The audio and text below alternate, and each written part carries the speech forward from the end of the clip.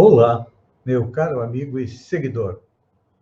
Seja bem-vindo à nossa live diária da Reflexão Matinal, onde eu convido você para irmos em direção ao nosso coração para lá, como jardineiros espirituais, elevar templos às nossas virtudes, fazendo-as crescer, florescer e frutificar, pois são elas que nos alimentam, que nos impulsionam nesta longa jornada em busca da felicidade. Jornada essa que não começou na atual encarnação, não. Já tivemos centenas, milhares de encarnações sobre o planeta, nos 5 continentes, também em todas as raças. Já fomos brancos, negros, amarelos, peles vermelhas. Encarnamos como homem ou como mulher, dependendo da nossa necessidade e da nossa programação encarnatória, como esclarece o Espiritismo, que diz mais. A felicidade está próxima de nós. Só que para colocá-la dentro do coração, precisamos arrancar de lá a erva daninha dos vícios e defeitos. Então, é um trabalho árduo. E neste feriado, Dia da Consciência Negra, vamos começar esse trabalho com o apoio de uma passagem dos Evangelhos. Hoje é da Epístola de Tiago, onde o apóstolo diz o seguinte: crês que há um só Deus e fazes bem. Mas os demônios também o creem e estremecem. Bem, olhem só. Interessante esta colocação. Vamos repetir as palavras de Tiago. Crês que há um só Deus e fazes bem. Mas os demônios também o creem e estremecem. Hoje, feriado, é importante que tenhamos alguns momentos de reflexão sobre o Evangelho de Jesus, que é o governador espiritual do planeta, o arauto de Deus, que veio nos mostrar o que fazer para chegar à tão sonhada felicidade. Então, um momento de reflexão sobre o Evangelho sacode o nosso raciocínio. Para quê? Para que venhamos despertar do reconhecimento das nossas responsabilidades em matéria de crença. Todos nós cremos em alguma coisa. Não é assim? Alguns têm uma fé cega, outros uma fé raciocinada, outros dizem que não creem, mas cada passo nosso representa um aumento na nossa convicção quanto à existência de Deus. É importante a gente analisar a evolução da ideia de Deus na humanidade. Quando estávamos nas cavernas, éramos o homem pré-histórico, nós víamos Deus em tudo, na chuva, no trovão, no sol, na lua, na terra. Enfim, tínhamos um Deus para cada coisa.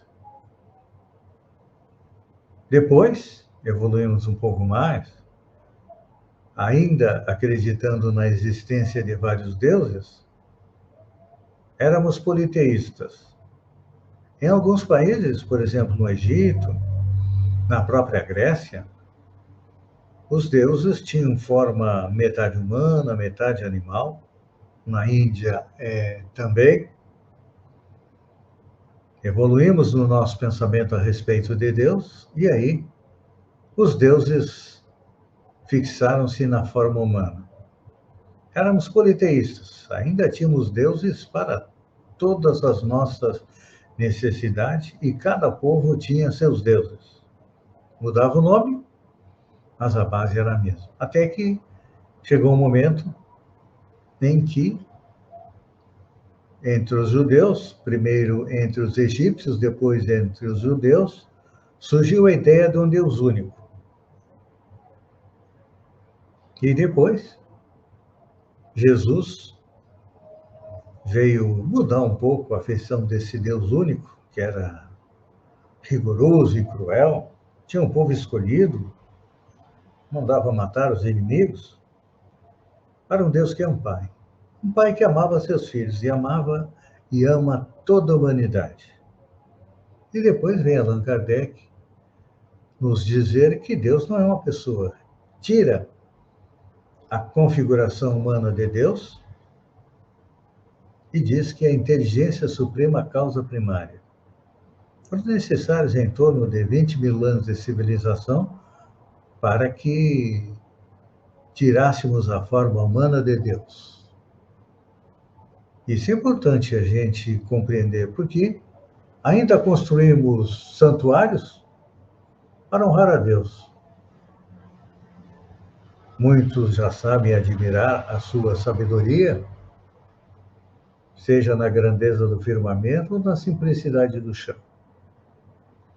E hoje estamos começando a compreender que as leis de Deus são imutáveis, ou seja, valem para todo o universo, seja o universo físico, como também para o universo espiritual. E ainda articulamos preces em louvor ou de súplica, nas quais endereçamos os nossos anseios mais íntimos a Deus. E normalmente a gente receita a confiança em Deus